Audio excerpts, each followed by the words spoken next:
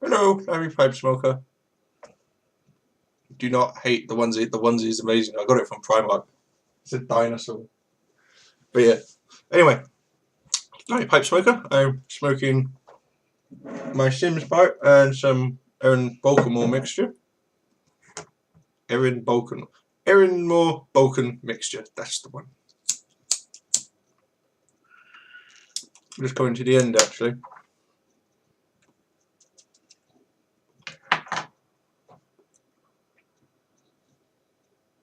Yeah, it's going out. However, I did say I'd do another video.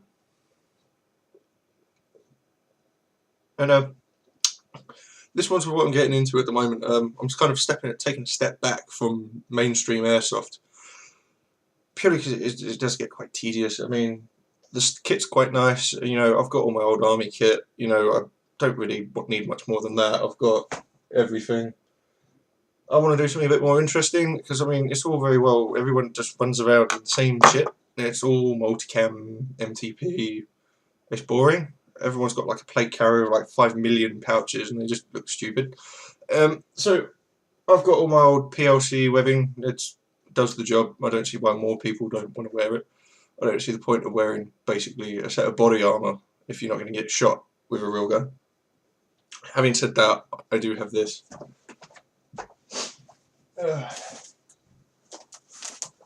I do have some body armour, but then that's purely because I do like my Cypress kit.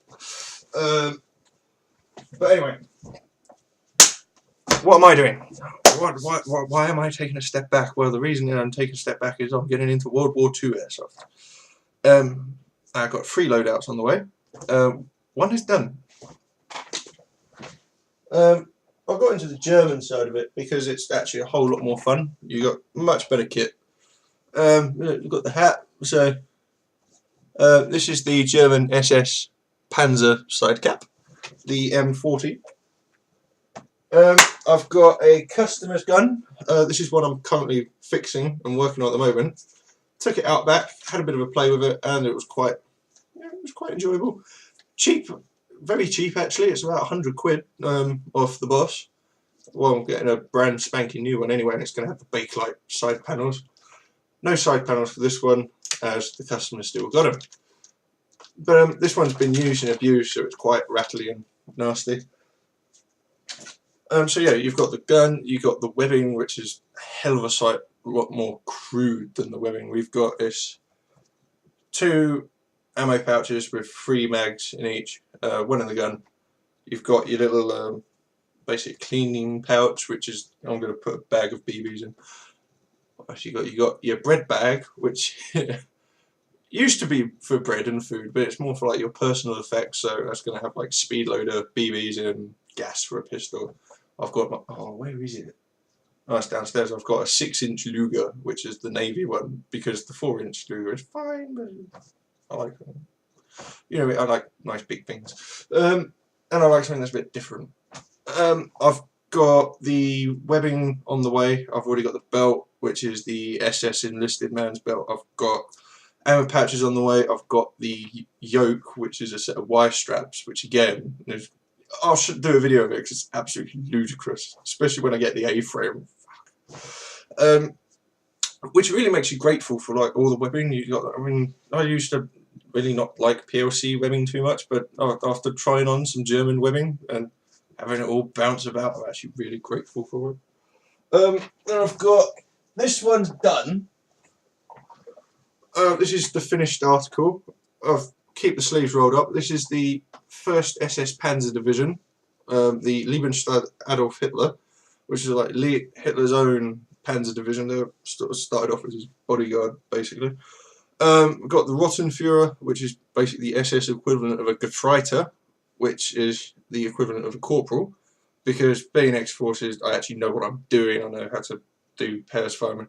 So it's been decided that I'm going to be a sort of squad leader anyway. So that will, you know, and it does look cool.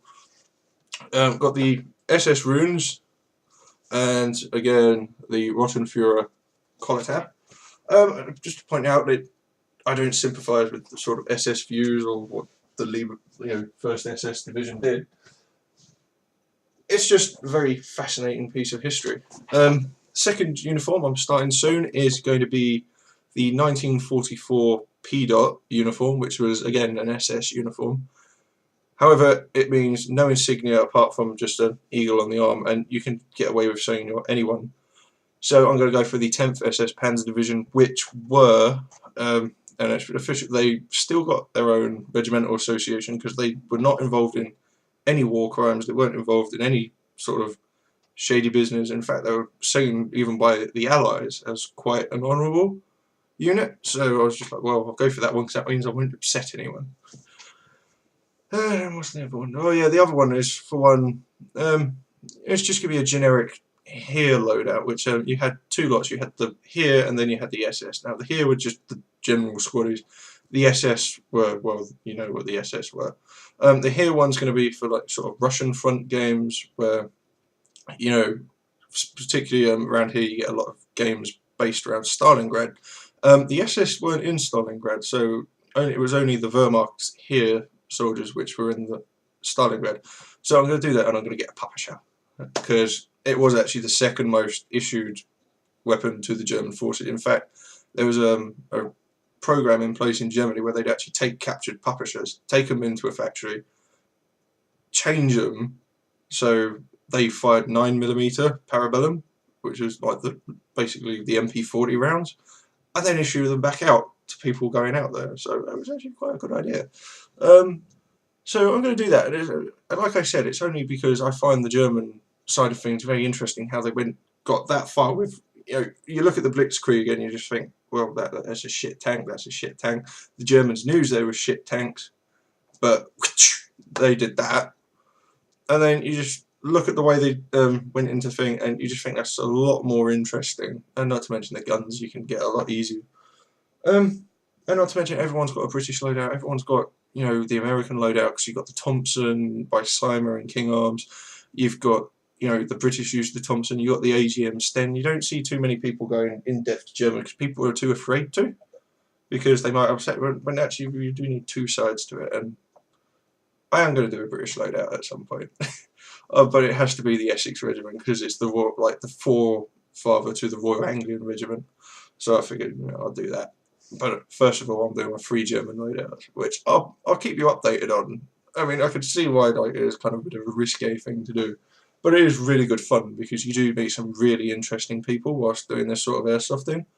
I'd recommend it to anyone.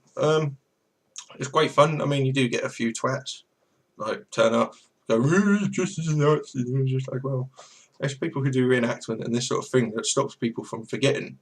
Because now, especially in school, the amount they teach you about what happened in World War II gets smaller and smaller. It's, you know, it's actually the living history groups that keep it alive. But anyway, I've waffled on for enough. That's what I'm doing at the moment. A lot of my time and money is going into getting this sort of stuff. I mean, the jacket alone was about 75, 74 quid. Then you've got all the insignia, you've got the shoulder boards, you've got all that. So it is quite an expensive hobby. I mean, thankfully the gun's only 100 quid. But anyway, I'll keep you all updated on what I'm getting up to. Cheers.